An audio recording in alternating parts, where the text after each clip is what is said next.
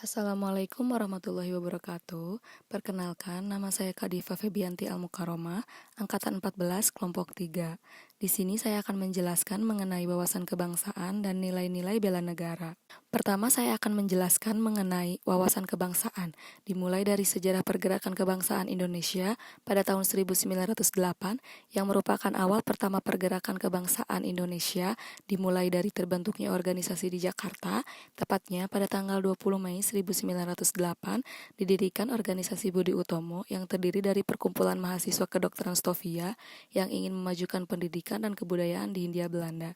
Tujuan dibentuknya Budi Utomo adalah untuk memperbaiki keadaan rakyat kecil, terutama rakyat kecil. Tanggal 20 Mei 1908 sekaligus menjadi latar belakang ditetapkan Hari Kebangkitan Nasional. Selanjutnya, pada tanggal 28 Oktober 1928 untuk pertama kalinya ditetapkan sebagai Sumpah Pemuda, dilatar belakangi oleh Kongres Pemuda II yang merupakan hasil dari Kongres Pemuda I. Dalam Kongres Pemuda II, ditetapkanlah bahasa Indonesia sebagai bahasa persatuan negara Republik Indonesia. Selanjutnya, pada tanggal 17 Agustus 1945, ditetapkan sebagai Hari Kemerdekaan Negara Republik Indonesia.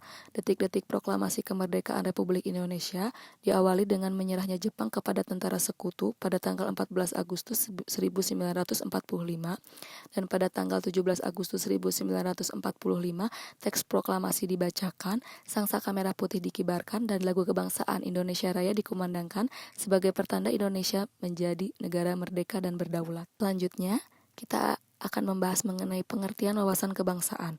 Wawasan kebangsaan adalah cara pandang bangsa Indonesia dalam rangka mengelola kehidupan berbangsa dan bernegara yang dilandasi oleh jati diri bangsa dan kesadaran terhadap sistem nasional yang bersumber dari Pancasila, Undang-Undang Dasar 1945, NKRI, dan Bhinneka Tunggal Ika. Dari pengertian di atas ada 4 konsensus dasar berbangsa dan bernegara, yaitu Pancasila, Undang-Undang Dasar 1945, NKRI, dan Bhinneka Tunggal Ika. Saya akan mencoba menjelaskan satu persatu. Pertama, Pancasila. Pancasila secara sistematik disampaikan pertama kali oleh Insinyur Soekarno di depan sidang BPUPKI pada tanggal 1 Juni 1945. Pancasila merupakan suatu fondamen, filsafat, pikiran yang sedalam-dalamnya merupakan landasan atau dasar bagi negara merdeka yang akan didirikan. Selanjutnya, Undang-Undang Dasar 1945. Naskah Undang-Undang Dasar 1945 dirancang sejak 29 Mei sampai 16 Juli 1945 oleh BPUPKI. Gagasan ini disampaikan kepada panitia BPUPKI pada sidang perdana mereka tanggal 28 Mei 1945 dan berlangsung hingga tanggal 1 Juni 1945. Pada tanggal 18 Agustus 1945, sehari setelah proklamasi kemerdekaan dikumandangkan, Piagam Jakarta disahkan menjadi pembukaan Undang-Undang Dasar 1945 oleh PPKI. Selanjutnya, Bhinneka Tunggal Ika. Bhinneka Tunggal Ika berarti berbeda-beda tetapi hakikatnya tetap satu. Sebab meskipun secara keseluruhan memiliki perbedaan, tetapi pada hakikatnya satu bangsa dan negara Republik Indonesia. Yang terakhir adalah NKRI. Keberadaan Negara Kesatuan Republik Indonesia tidak dapat dipisahkan dari peristiwa proklamasi kemerdekaan 17 Agustus 1945. Karena melalui peristiwa proklamasi tersebut, bangsa Indonesia berhasil mendirikan negara sekaligus menyatakan kepada dunia luar bahwa sejak saat itu telah ada negara baru, yaitu Negara Kesatuan Republik Indonesia. Selanjutnya, bagian dari wawasan kebangsaan adalah identitas diri yang terdiri dari bendera, bahasa, dan lambang negara serta lagu kebangsaan Indonesia yang merupakan sarana pemersatu, identitas, dan wujud eksistensi bangsa yang menjadi simbol kedaulatan dan kehormatan negara sebagaimana diamanatkan dalam Undang-Undang Dasar Negara Republik Indonesia 1945. Pertama adalah bendera. Bendera negara adalah sang merah putih untuk pertama kali dikibarkan pada tanggal 17 Agustus 1945 di Jalan Pegangsaan Timur nomor 56 Jakarta disebut bendera pusaka sangsaka merah putih. Yang kedua adalah bahasa. Bahasa Negara Kesatuan Republik Indonesia yang selanjutnya disebut Bahasa Indonesia adalah bahasa resmi nasional yang digunakan seluruh wilayah Negara Kesatuan Republik Indonesia. Bahasa Indonesia yang dinyatakan sebagai bahasa resmi negara dalam pasal 36 Undang-Undang Dasar 1945 yang bersumber dari bahasa yang diikrarkan dalam Sumpah Pemuda pada tanggal 28 Oktober 1928. Selanjutnya adalah lambang negara. Lambang Negara Kesatuan Republik Indonesia yang selanjutnya disebut lambang negara adalah Garuda Pancasila dengan semboyan Bhinneka Tunggal Ika.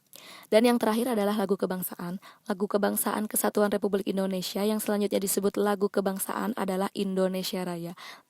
Setelah membahas mengenai apa itu wawasan kebangsaan, selanjutnya saya akan membahas mengenai apa itu nilai-nilai bela negara. Yang pertama, kita akan membahas mengenai sejarah bela negara.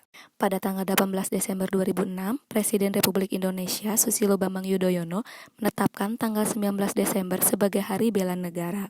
Dengan pertimbangan bahwa tanggal 19 Desember 1948 merupakan hari bersejarah bagi bangsa Indonesia karena pada tanggal tersebut terbentuk pemerintah darurat Republik Indonesia dalam rangka mengisi kekosongan kepemimpinan pemerintahan Negara Kesatuan Republik Indonesia. Yang kedua adalah ancaman. Yang dimaksud dengan ancaman pada era reformasi diartikan sebagai sebuah kondisi, tindakan, potensi baik alamiah atau hasil suatu rekayasa berbentuk fisik atau non-fisik berasal dari dalam atau luar negeri secara langsung atau tidak langsung, diperkirakan atau diduga, atau yang sudah nyata dapat membahayakan tatanan serta kelangsungan hidup bangsa dan negara dalam rangka pencapaian tujuan nasionalnya.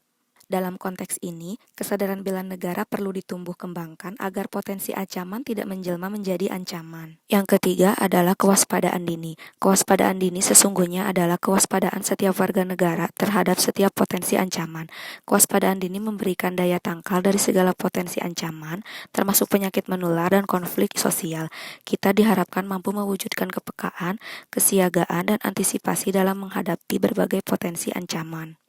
Yang keempat adalah bela negara. Bela negara adalah tekad, sikap, dan perilaku serta tindakan warga negara baik secara perseorangan maupun kolektif dalam menjaga kedaulatan negara, keutuhan wilayah, dan keselamatan bangsa dan negara yang dijiwai oleh kecintaannya kepada Negara Kesatuan Republik Indonesia yang berdasarkan Pancasila dan Undang-Undang Dasar 1945 dalam menjamin kelangsungan hidup bangsa Indonesia. Bela negara merupakan sebuah implementasi dari teori kontrak sosial atau teori perjanjian sosial tentang terbentuknya negara. Yang kelima adalah nilai dasar bela negara.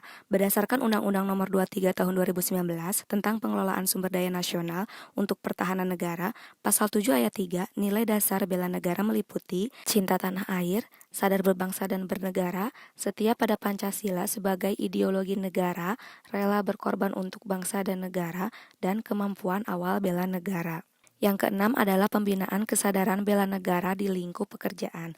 Pembinaan kesadaran bela negara adalah segala usaha, tindakan, dan kegiatan yang dilaksanakan dalam rangka memberikan pengetahuan, pendidikan, dan atau pelatihan kepada warga negara guna menumbuh kembangkan sikap dan perilaku serta menanamkan nilai dasar bela negara.